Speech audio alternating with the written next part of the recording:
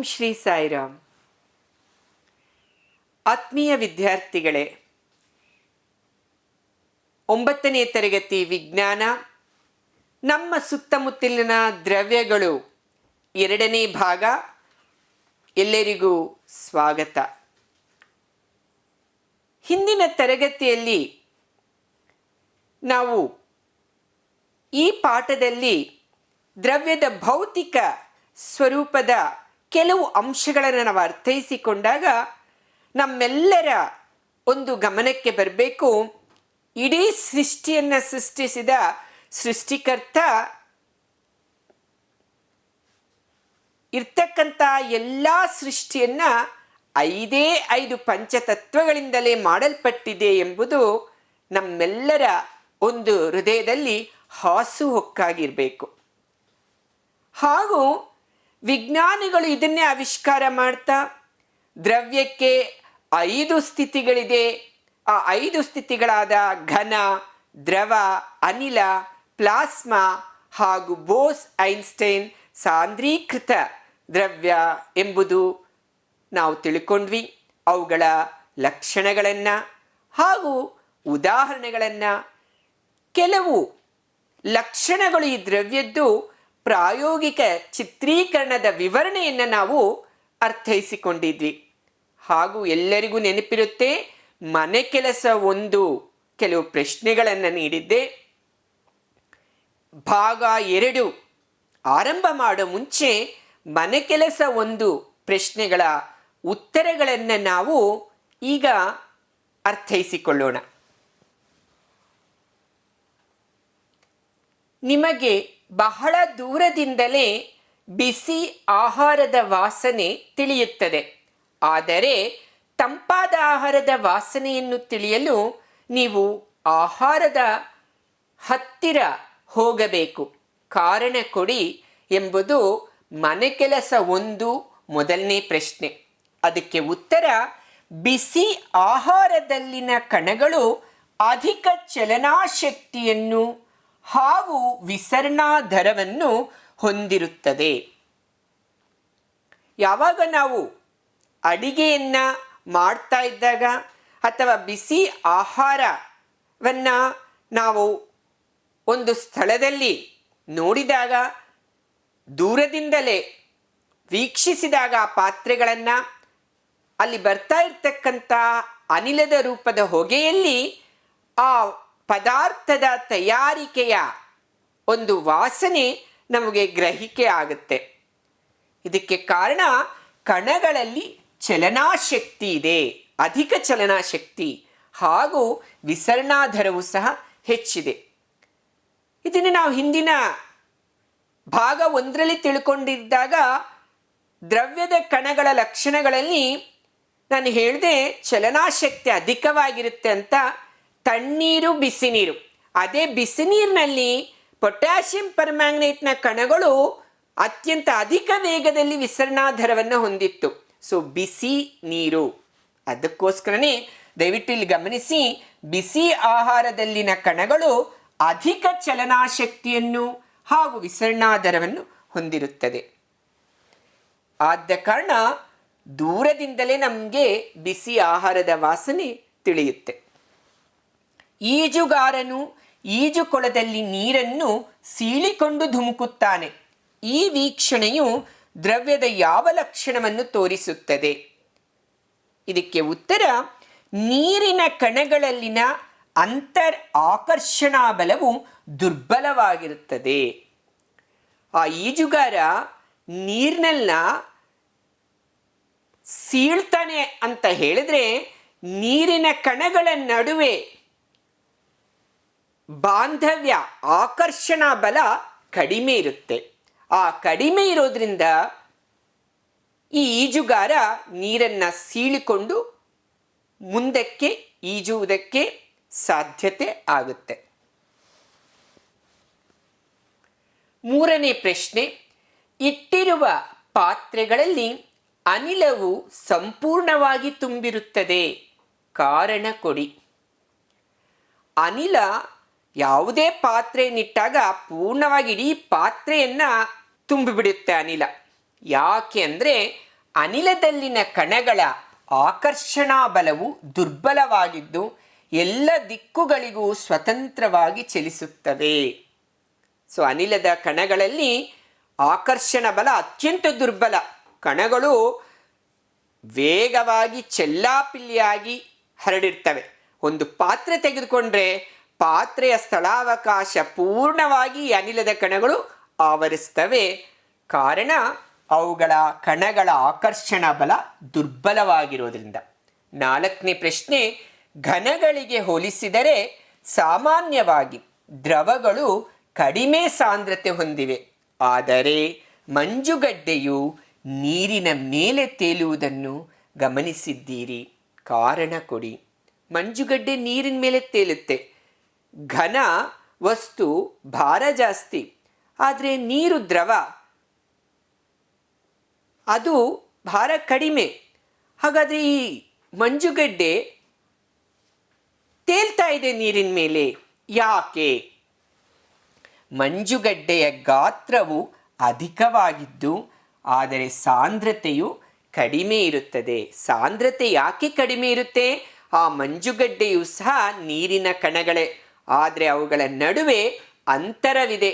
ಆದ ಕಾರಣ ಮಂಜುಗಡ್ಡೆಯು ಗಾತ್ರ ಅಧಿಕವಾಗಿದ್ದು ಸಾಂದ್ರತೆಯು ಕಡಿಮೆ ಇರುತ್ತದೆ. ಆದ ಕಾರಣ ಮಂಜುಗಡ್ಡೆ ನೀರಿನ ಮೇಲೆ ತೇಲುತ್ತೆ. ಇದಿಷ್ಟು 4 ಪ್ರಶ್ನೆಗಳು, ಮನೆ ಕೆಲಸ 1, ಅದರ ಉತ್ತರಗಳು. ಎಲ್ಲರೂ ಸಹ ಈ ಉತ್ತರಗಳನ್ನು ಸ್ಪಷ್ಟೀಕರಣ ಮಾಡಿಕೊಳ್ಳಿ ಎಂಬುದನ್ನು ತಿಳಿಸ್ತಾ ನಮ್ಮ ಇವತ್ತಿನ ಈ ತರಗತಿಯ ಮುಂದುವರಿಕೆಯ ಅಂಶಗಳು, ಅದು 3ನೆಯ ಪ್ರಮುಖ ಅಂಶ ಇದೇ ಪಾಠ. ನಮ್ಮ ಸುತ್ತಮುತ್ತಲಿನ ದ್ರವ್ಯಗಳಲ್ಲಿ ದ್ರವ್ಯಗಳ ಸ್ಥಿತಿಯನ್ನು ಬದಲಾಯಿಸುವಿಕೆ. ಮುಖ್ಯವಾಗಿ 9ನೇ ತರಗತಿಯಲ್ಲಿ ನೀವು ತಿಳ್ಕೊಳ್ತಕ್ಕಂಥ ದ್ರವ್ಯದ ಸ್ಥಿತಿಗಳು 5 ಇದ್ದರೂ ಸಹ ದಿನನಿತ್ಯ ಬಳಸ್ತಕ್ಕಂಥ ದ್ರವ್ಯದ ಸ್ಥಿತಿಗಳು 3: ಘನ, ದ್ರವ, ಅನಿಲ.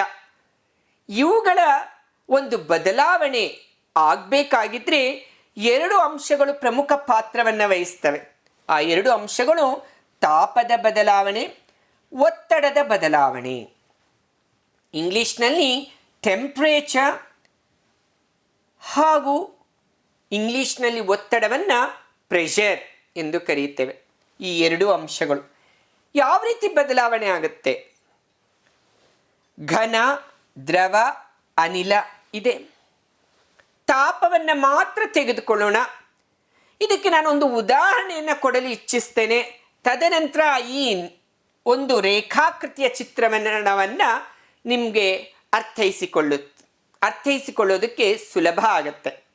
ಒಂದು ಮಂಜುಗಡ್ಡೆ ತೆಗೆದುಕೊಳ್ಳಿ, ಅದು ಘನಕ್ಕೆ ಒಂದು ಉದಾಹರಣೆಯಾಗಿದೆ. ಆ ಮಂಜುಗಡ್ಡೆಗೆ ತಾಪವನ್ನು ಅಧಿಕ ಮಾಡಿ ಅದು ನೀರಾಗುತ್ತೆ. ಆ ನೀರನ್ನು ಮತ್ತೆ ಇನ್ನೂ ಅಧಿಕ ತಾಪ ಮಾಡಿ ಅದು ನೀರಿನ ಹಬೆ ಅಥವಾ ಆವಿಯಾಗುತ್ತೆ. ಈ ಆವಿಯನ್ನು ಸಂಗ್ರಹಿಸಿಬಿಟ್ಟು ಅದನ್ನು ಮತ್ತೆ ನೀವು ಒತ್ತಡ ಹಾಕಿ ತಂಪು ಮಾಡಿದಾಗ ಅದು ಮತ್ತೆ ದ್ರವ ಆಗುತ್ತೆ. ಆ ದ್ರವ ಸ್ಥಿತಿಯಲ್ಲಿರ್ತಕ್ಕಂಥ ನೀರಿಗೆ ಮತ್ತೆ ತಂಪು ಮಾಡಿ ಒತ್ತಡವನ್ನು ಹೆಚ್ಚು ಹಾಕಿ ಅದು ಘನಸ್ಥಿತಿಗೆ ಬರುತ್ತೆ. ಇದು ಪರಾವರ್ತಿತ ಪ್ರತಿಕ್ರಿಯೆ, ಆಂಗ್ಲ ಭಾಷೆಯಲ್ಲಿ reversible reaction. The change of ice to water and to gas, and then from gas to water and finally to ice is a reversible reaction. ಇದು ಯಾಕೆ ಆಗ್ತಾ ಇದೆ ಅಂದರೆ ತಾಪದ ಬದಲಾವಣೆಯಿಂದ ಆಗ್ತಾ ಇದೆ ದ್ರವದ ಸ್ಥಿತಿ ಬದಲಾವಣೆ, ಹಾಗೂ ಒತ್ತಡದ ಬದಲಾವಣೆಯಿಂದ ಆಗ್ತಾ ಇದೆ ದ್ರವ್ಯದ ಸ್ಥಿತಿಯ ಬದಲಾವಣೆ. ಅದನ್ನೇ ಇಲ್ಲಿ ನಕ್ಷೆಯಲ್ಲಿ ನಾವು ಅರ್ಥೈಸಿಕೊಳ್ಳೋಕೆ ಸಾಧ್ಯ ಆಗುತ್ತೆ. ಘನಕ್ಕೆ ತಾಪ ಜಾಸ್ತಿ ಮಾಡಿದಾಗ ಅದು ದ್ರವ ಆಗುತ್ತೆ. ಘನ ದ್ರವ ಆಗುವಂತಹ ಒಂದು ಕ್ರಿಯೆಗೆ ನಾವು ದ್ರವನ ಕ್ರಿಯೆ ಅಂತ ಕರೀತೇವೆ. ಅಷ್ಟು ತಾಪ ಆದಾಗ ಅದನ್ನು ನಾವು ಮೆಲ್ಟಿಂಗ್ ಪಾಯಿಂಟ್ ಅಂತ ಕರಿತೇವೆ, ದ್ರವನ ಬಿಂದು ಅಂತ ಕರಿತೇವೆ. ಇದೇ ದ್ರವಕ್ಕೆ ಮತ್ತೆ ಕಾಯಿಸಿದಾಗ ಅದು ಆವಿ ಆಗುತ್ತೆ, ಅದನ್ನು ಆವೀಕರಣ ಅಂತ ಕರಿತೇವೆ. ಅನಿಲ ಆಗ್ತಾ ಇದೆ. ಈ ಅನಿಲವನ್ನು ಒತ್ತಡ ಮಾಡಿದಾಗ ಸಾಂದ್ರೀಕರಣ ಉಂಟಾಗಿ ಅದು ದ್ರವ ಆಗ್ತಾ ಇದೆ. ಅದೇ ದ್ರವ ಮತ್ತೆ ನಾವು ಅದಕ್ಕೆ ಒತ್ತಡವನ್ನು ಹಾಕಿದಾಗ ಘನೀಕರಣ ಆಗ್ತಾ ಇದೆ, ಅದು ಘನ ಆಗುತ್ತೆ. ಇದು ದ್ರವ್ಯದ 3 ಸ್ಥಿತಿಗಳ ಅಂತರ್ಪರಿವರ್ತನೆ.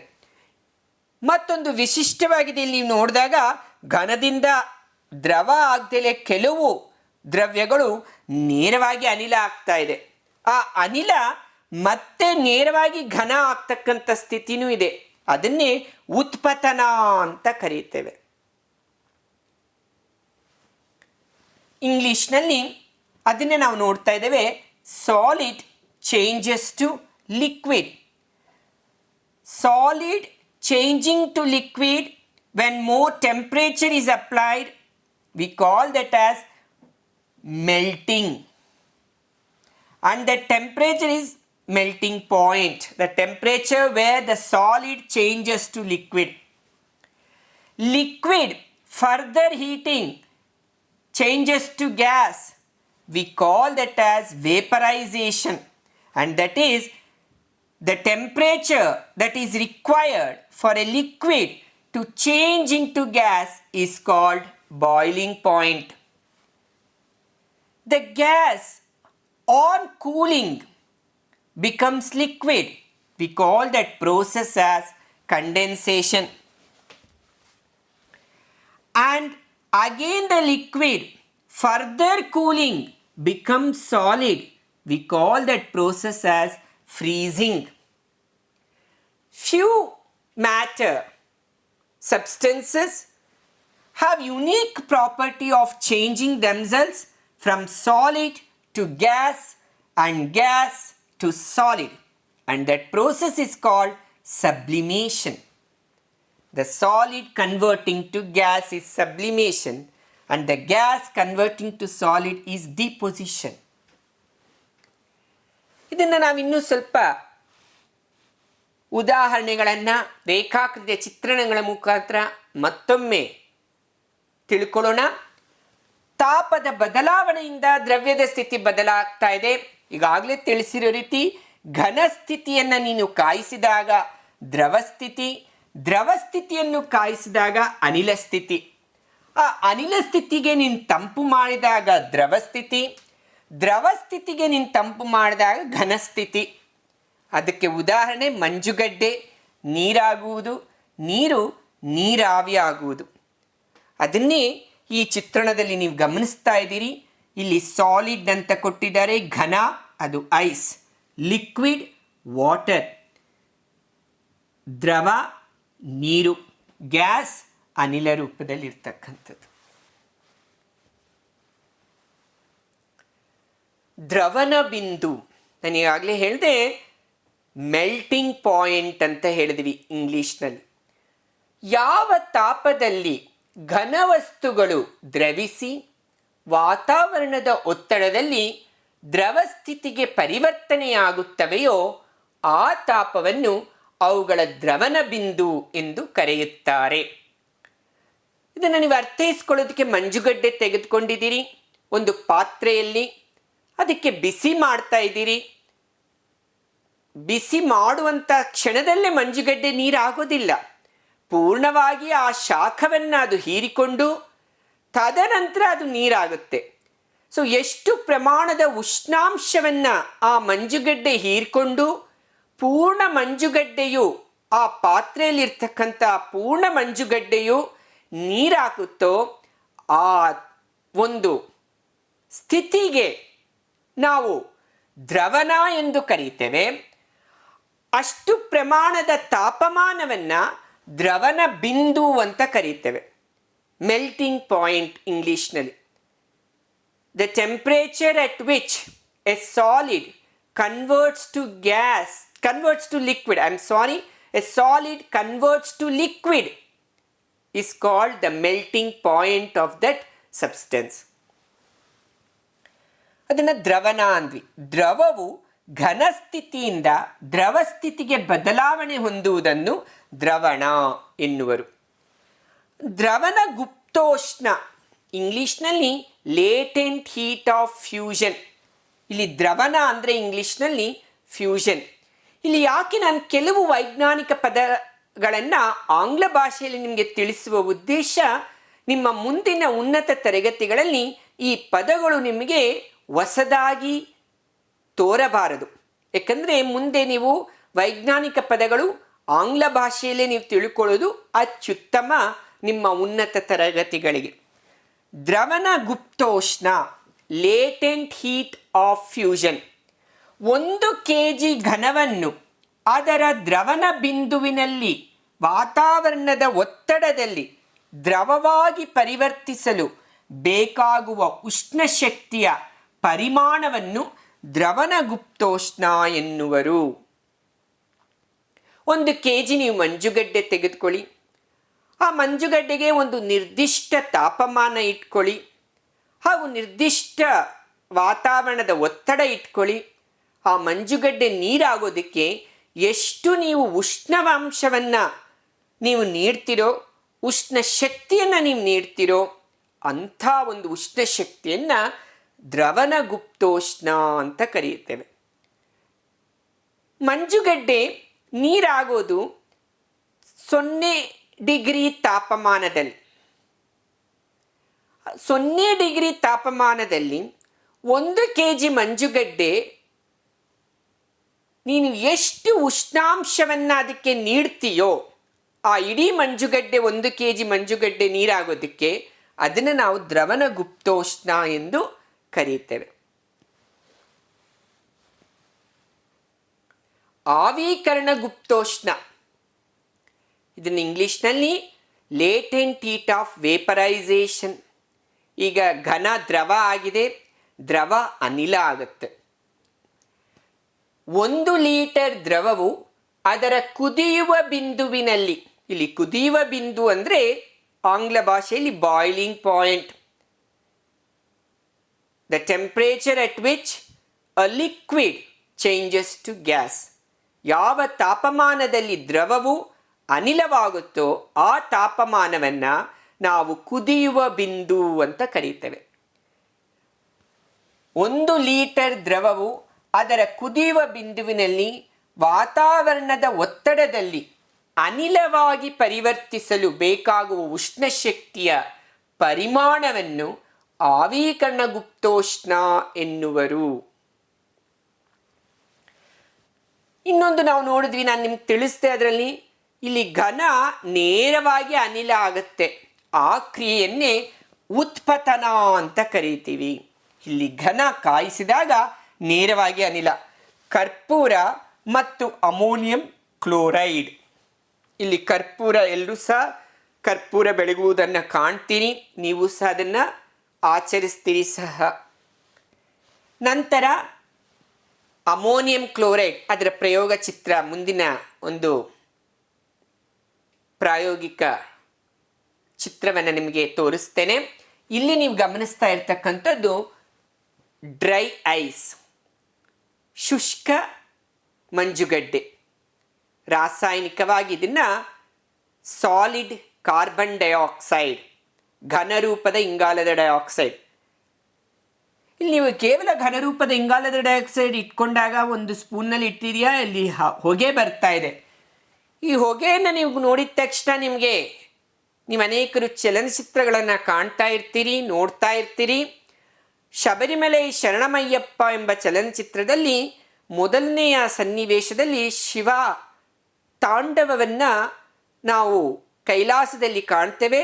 ಆ ಕೈಲಾಸದ ಒಂದು ಸೆಟ್ಟಿಂಗ್ ಏನು ಗಮನಿಸ್ತೀರಿ, ಅಲ್ಲಿ ಪೂರ್ಣವಾಗಿ ಹೊಗೆ ಬರ್ತಾ ಇದೆ. ಅದಕ್ಕೆ ಕಾರಣ ಅವರಲ್ಲಿ ಆ ಸೆಟ್ಟಿಂಗ್ನಲ್ಲಿ ಡ್ರೈ ಐಸ್, ಶುಷ್ಕ ಮಂಜುಗಡ್ಡೆಯನ್ನು ಇಟ್ಟಿದ್ದಾರೆ, solid carbon dioxide. ತಾಪದಿಂದ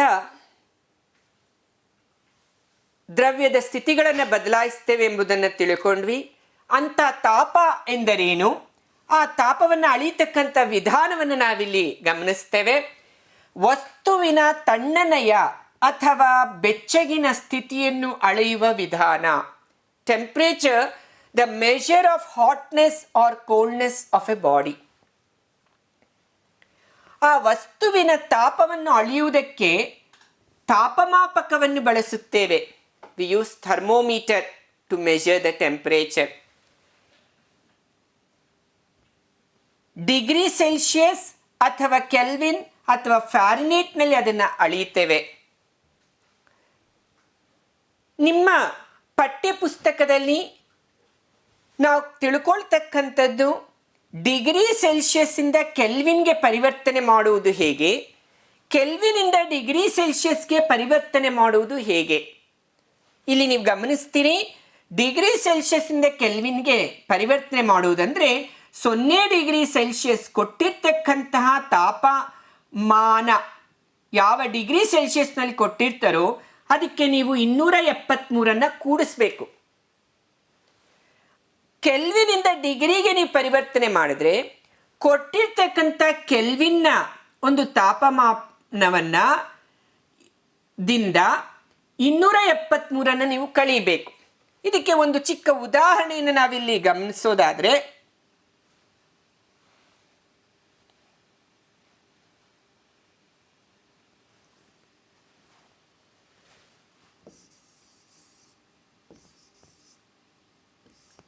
degree Celsius to kelvin. ಇಲ್ಲಿ ಡಿಗ್ರಿ ಸೆಲ್ಸಿಯಸ್ನ 0 ಡಿಗ್ರಿ ಸೆಲ್ಸಿಯಸ್ ಅಂತ ನಾವು ಕರೀತೇವೆ. ಕೆಲ್ವಿನ್ಗೆ ಕೆ ಎಂಬ ಸೂಚಕವನ್ನು ನೀಡ್ತೇವೆ. ನಮ್ಮ ಪ್ರಕಾರ ಈಗ ಡಿಗ್ರಿ ಸೆಲ್ಸಿಯಸ್ನಿಂದ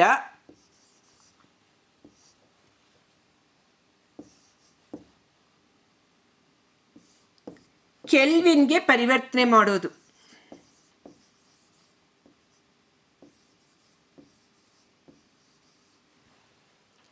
ಅದಕ್ಕೆ ಸೂತ್ರ ಏನು?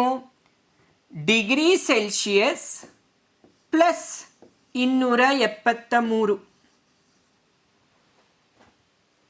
ಉದಾಹರಣೆ ನೋಡೋಣ. 30 ಡಿಗ್ರಿ ಸೆಲ್ಸಿಯಸ್ ಅನ್ನು ಕೆಲ್ವಿನ್ಗೆ ಪರಿವರ್ತಿಸಿ.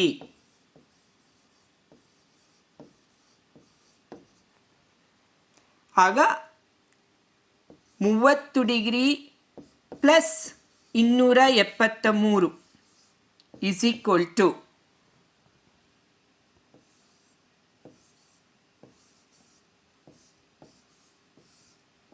300 ಕೆಲ್ವಿನ್.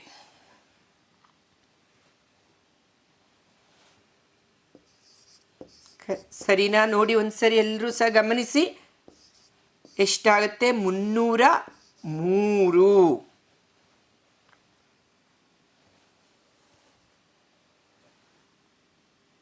ಇದು 300 ಅಲ್ಲ ನೋಡಿ, ಯಾರು ಪೂರ್ಣ ಗಮನಿಸಿದಾಗ 303 ಕೆಲ್ವಿನ್ ಸರಿಯಾದ ಉತ್ತರ.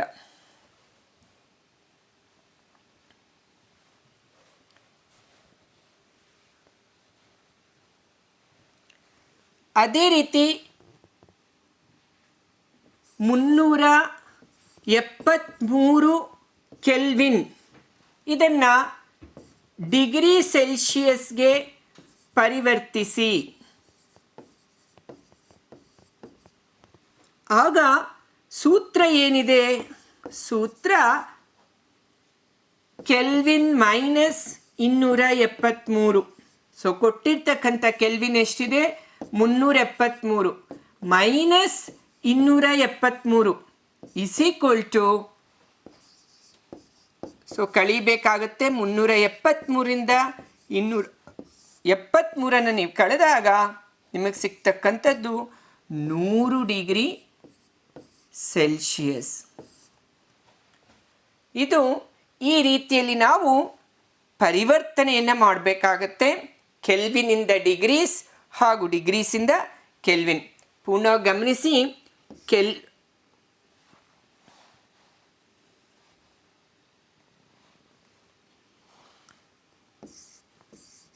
Degrees plus 273 is equal to Kelvin. Kelvin minus 273 is equal to degree Celsius. Degree ಸೆಲ್ಸಿಯಸ್ಸಿಂದ ಕೆಲ್ವಿನ್ಗೆ, ಕೆಲ್ವಿನಿಂದ ಡಿಗ್ರಿ ಸೆಲ್ಸಿಯಸ್ಗೆ ಪರಿವರ್ತನೆ ಮಾಡ್ತಕ್ಕಂತಹ ಸೂತ್ರ ಹಾಗೂ ಉದಾಹರಣೆಯ ಲೆಕ್ಕವನ್ನು ನಾವು ಗಮನಿಸಿದ ನಂತರ ಇಲ್ಲೊಂದು ಪ್ರಾಯೋಗಿಕ ಚಿತ್ರಣವನ್ನು ನೀವು ಗಮನಿಸ್ತಾ ಇದ್ದೀರಿ. ಇದು ಉತ್ಪತನ ಕ್ರಿಯೆಯ ಒಂದು ಪ್ರಾಯೋಗಿಕ ಚಿತ್ರಣದ ಪ್ರದರ್ಶನ.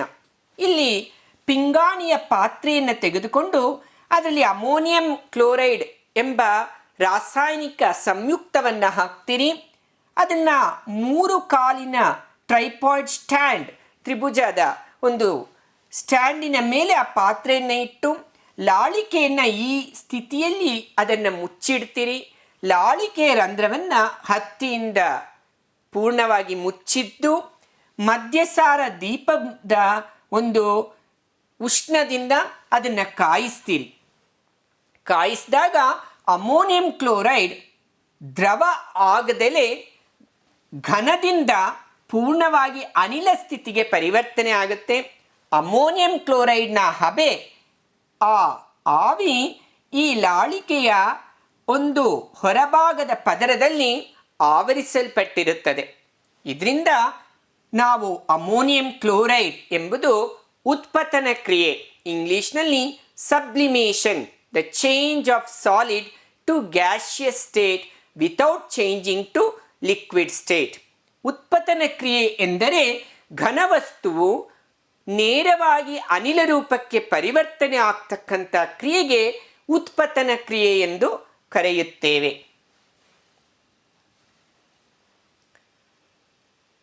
ದ್ರವ್ಯದ ಸ್ಥಿತಿಯ ಬದಲಾವಣೆಯಲ್ಲಿ ತಾಪ ಬದಲಾವಣೆಯಿಂದ ದ್ರವ್ಯದ ಸ್ಥಿತಿ ಬದಲಾಗುತ್ತೆ ಎಂಬುದು ಒಂದು ಅಂಶ ಆದರೆ, ಎರಡನೇ ಅಂಶ ಒತ್ತಡದ ಬದಲಾವಣೆಯಿಂದ ಸಹ ದ್ರವ್ಯದ ಸ್ಥಿತಿ ಬದಲಾಗುತ್ತೆ. ಅನಿಲಕ್ಕೆ ನೀನು ಒತ್ತಡವನ್ನು ಹಾಕಿದಾಗ ಅದು ದ್ರವ ಆಗುತ್ತೆ. ದ್ರವಕ್ಕೆ ನೀನು ಇನ್ನೂ ಅಧಿಕ ಒತ್ತಡವನ್ನು ಹಾಕಿದಾಗ ಅದು ಘನ ಆಗ್ತಕ್ಕಂಥ ಸ್ಥಿತಿಯನ್ನು ನೀವು ಈ ಚಿತ್ರಣದಲ್ಲಿ ಗಮನಿಸ್ತಾ ಇದ್ದೀನಿ. ಇದನ್ನು ನಾನು ಈಗಾಗಲೇ ರೇಖಾಕೃತಿಯ ತ್ರಿಭುಜದ ಒಂದು ಚಿತ್ರದಲ್ಲಿ ವಿವರಿಸಿದ್ದೇನೆ. ಮನೆ ಕೆಲಸ 2. ಇಲ್ಲಿಯ ತನಕ ಭಾಗ 2 ಎಂಬುದರ ರಾಸಾಯನಶಾಸ್ತ್ರದ ಪಾಠ 9ನೇ ತರಗತಿದು ನಮ್ಮ ಸುತ್ತಮುತ್ತಲಿನ ದ್ರವ್ಯದಲ್ಲಿ ತಿಳ್ಕೊಂಡಿರ್ತಕ್ಕಂಥ ಈ 2ನೇ ಭಾಗಕ್ಕೆ ಸಂಬಂಧಪಟ್ಟಿರ್ತಕ್ಕಂಥ ಮನೆ ಕೆಲಸ ಪ್ರಶ್ನೆಗಳು ಕೆಳಗೆ ಕೊಟ್ಟಿರುವ ತಾಪಗಳನ್ನು ಸೆಲ್ಸಿಯಸ್ ಪದ್ಧತಿಗೆ ಪರಿವರ್ತಿಸೋದು. 300 ಕೆಲ್ವಿನ್, 573 ಕೆಲ್ವಿನ್. 2ನೇ ಪ್ರಶ್ನೆ, ಈ ಕೆಳಗಿನ ತಾಪಗಳಲ್ಲಿ ನೀರಿನ ಭೌತಿಕ ಸ್ಥಿತಿಯನ್ನು ತಿಳಿಸಿ. 250 ಡಿಗ್ರಿ ಸೆಲ್ಸಿಯಸ್ನಲ್ಲಿ ನೀರು ಯಾವ ಭೌತಿಕ ಸ್ಥಿತಿಯನ್ನು ಹೊಂದಿರುತ್ತದೆ? 100 ಡಿಗ್ರಿ ಸೆಲ್ಸಿಯಸ್ನಲ್ಲಿ ನೀರು ಯಾವ ಭೌತಿಕ ಸ್ಥಿತಿಯನ್ನು ಹೊಂದಿರುತ್ತದೆ? 3ನೇ ಪ್ರಶ್ನೆ, ವಾತಾವರಣದ ಅನಿಲಗಳನ್ನು ದ್ರವಿಸುವ ವಿಧಾನಗಳಿದ್ದರೆ ಸಲಹೆಯನ್ನು ನೀಡಿ. ಇಂದು 2ನೇ ಭಾಗ ನಮ್ಮ ಸುತ್ತಮುತ್ತಲಿನ ದ್ರವ್ಯಗಳು ಎಂಬುದನ್ನು ನಾವು ಅರ್ಥೈಸಿಕೊಂಡಿದ್ದೇವೆ. ಇನ್ನು ಈ ಪಾಠದ ಅಂತಿಮ ಭಾಗ 3ನೇ ಭಾಗ, ಇದನ್ನು ಮುಂದಿನ ತರಗತಿಯಲ್ಲಿ ನೋಡೋಣ. ಅಲ್ಲಿಯ ತನಕ ಈ ಮನೆ ಕೆಲಸದಲ್ಲಿ ಎಲ್ಲರೂ ಸಹ ತೊಡಗಿಸಿಕೊಂಡು ಅರ್ಥೈಸಿಕೊಳ್ಳಿ ಎಂಬುದನ್ನು ತಿಳಿಸ್ತಾ ಈ ಪಾಠಕ್ಕೆ ಮುಕ್ತಾಯವನ್ನು, ಈ ಪಾಠದ 2ನೇ ಭಾಗಕ್ಕೆ ಮುಕ್ತಾಯವನ್ನು ನಾವು ಹೇಳೋಣ ಎಂಬುದನ್ನು ತಿಳಿಸ್ತಾ ಧನ್ಯವಾದಗಳು. ಜೈ ಸಾಯಿರಾಮ್.